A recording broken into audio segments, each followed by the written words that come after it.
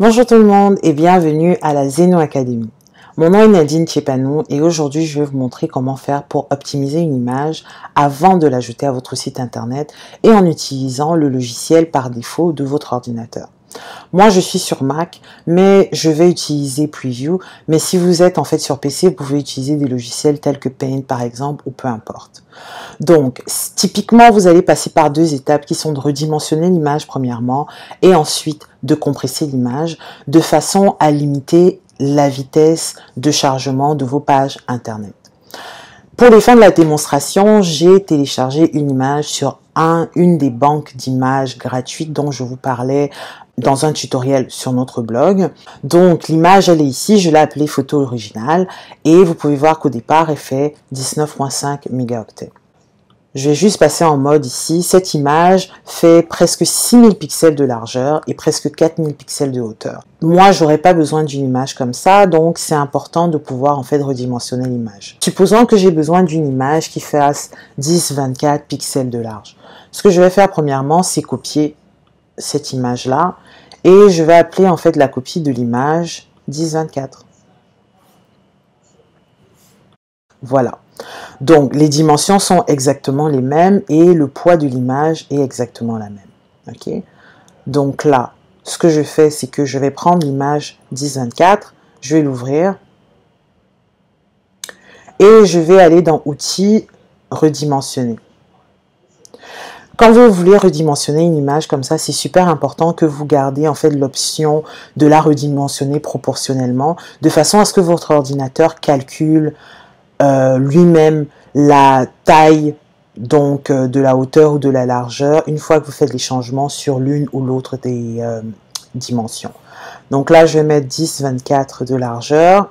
Vous voyez qu'ici mon ordinateur a calculé automatiquement la hauteur de l'image en gardant l'aspect, le ratio de la largeur par la longueur. Je clique sur OK et je vais enregistrer l'image. Voilà. Donc là, maintenant, j'ai ma deuxième image qui est ici. Je vais juste prendre la première image pour vous montrer quelque chose. Ce qu'il faut savoir, c'est que plus vous sauvegardez une image JPG, plus vous la dupliquez, etc., vous perdez de la qualité de l'image.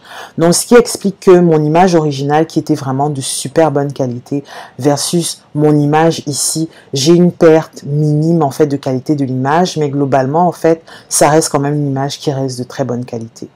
Donc, maintenant que j'ai cette image-ci, que j'ai appelée 1024, ce que je vais faire, c'est que je vais aller sur le site internet TinyPNG. C'est un site qui est en anglais, mais il est vraiment super facile à utiliser.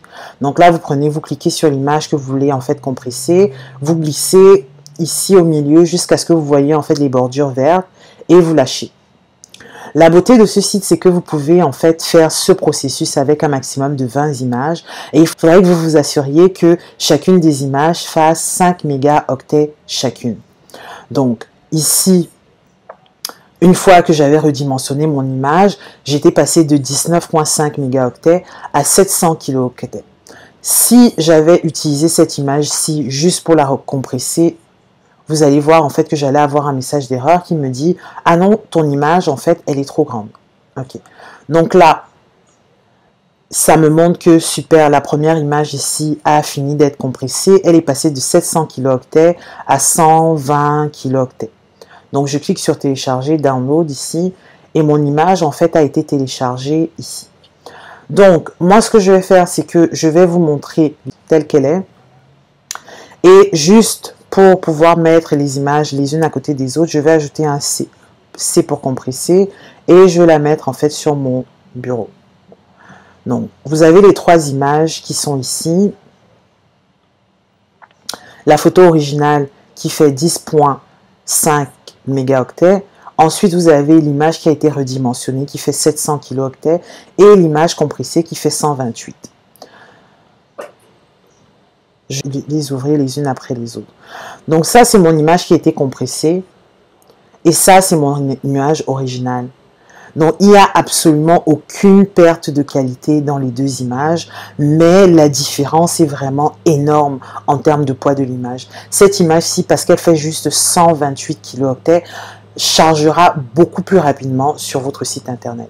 Donc au final, en passant par ces deux étapes, on est passé d'une image de 19,5 mégaoctets à 128 kilooctets. Et voilà, c'est tout pour aujourd'hui. J'espère que le tutoriel vous a été utile. Si c'est le cas, alors ne partez pas avant d'avoir cliqué sur le bouton j'aime. Si par contre vous avez vraiment aimé la vidéo, alors faites comme chez vous. Abonnez-vous à notre chaîne YouTube et surtout rejoignez-nous sur zenoacademy.com pour d'autres tutoriels gratuits.